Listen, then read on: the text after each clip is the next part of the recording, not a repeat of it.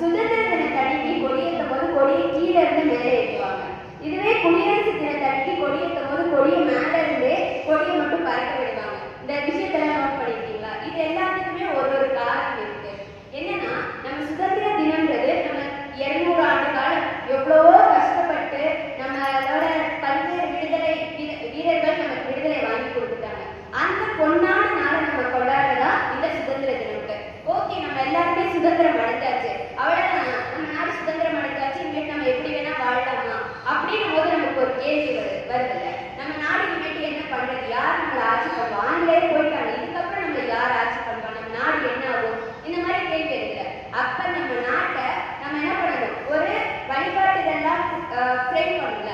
அப்படி நமக்கான யார் நம்மளை ஆட்சி பண்ணுவா, நம்ம நாடு எப்படி செயல்படும், நம்ம நாடு எப்படிப்பட்ட நாடு, இது எல்லாத்தையுமே உருவாக்குன அந்த அரசியல் அமைப்பு உருவான நாள் தான் 1950 ஜனவரி 26 குடியரசு தினமா கொண்டாடுறோம். நம்ம சுதந்திர தினம்ன்றது நம்ம என்னைக்கு சுதந்திரம் அடைஞ்சோமோ அந்த நாள்.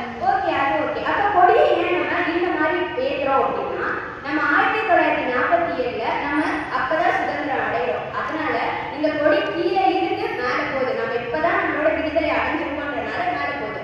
ஆனா 1950 நம்ம சுதந்திரம் அடைஞ்சாச்சு. இப்ப நமக்கான ஒரு சாசனத்தை நம்ம வெளியிடுறோம். அதனால அந்த கொடி மேலேயே இருக்கு, நம்ம அதை வந்து இது பண்றோம். அதே மாதிரி குடியரசு தினத்தன்னைக்கு யார் கொடியை ஏற்றுவாங்க அப்படின்னு பாத்தீங்கன்னா, நம்மளோட டெல்லியில வந்து பிரதமர் இவங்கெல்லாம் ஏற்றுவாங்கல்ல, அதையும் நீங்க நோட் பண்ணி பாத்தீங்கன்னா, ஒரு சுதந்திர தினத்தன்னைக்கு யார் கொடியை ஏற்றுவாங்கன்னா நம்மளோட பிரதமர் ஏற்றுவாரு. அதுவே குடியரசு தினத்தன்னைக்கு யார் கொடியை ஏற்றுவாங்க பாத்தீங்கன்னா குடியரசுத் தலைவர்.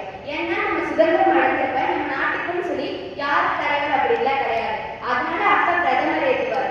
அதுவே குடியரசு தினம் அப்படின்னு பார்க்கும்போது நமக்கு ஒரு அரசியலமைப்பு கொண்டு வந்தாச்சு. நம்ம நாட்டோட மூத்த குடிமகன் யாரு, யார் அப்படின்னு பார்த்தோம்னா நம்ம குடியரசுத் தலைவர்.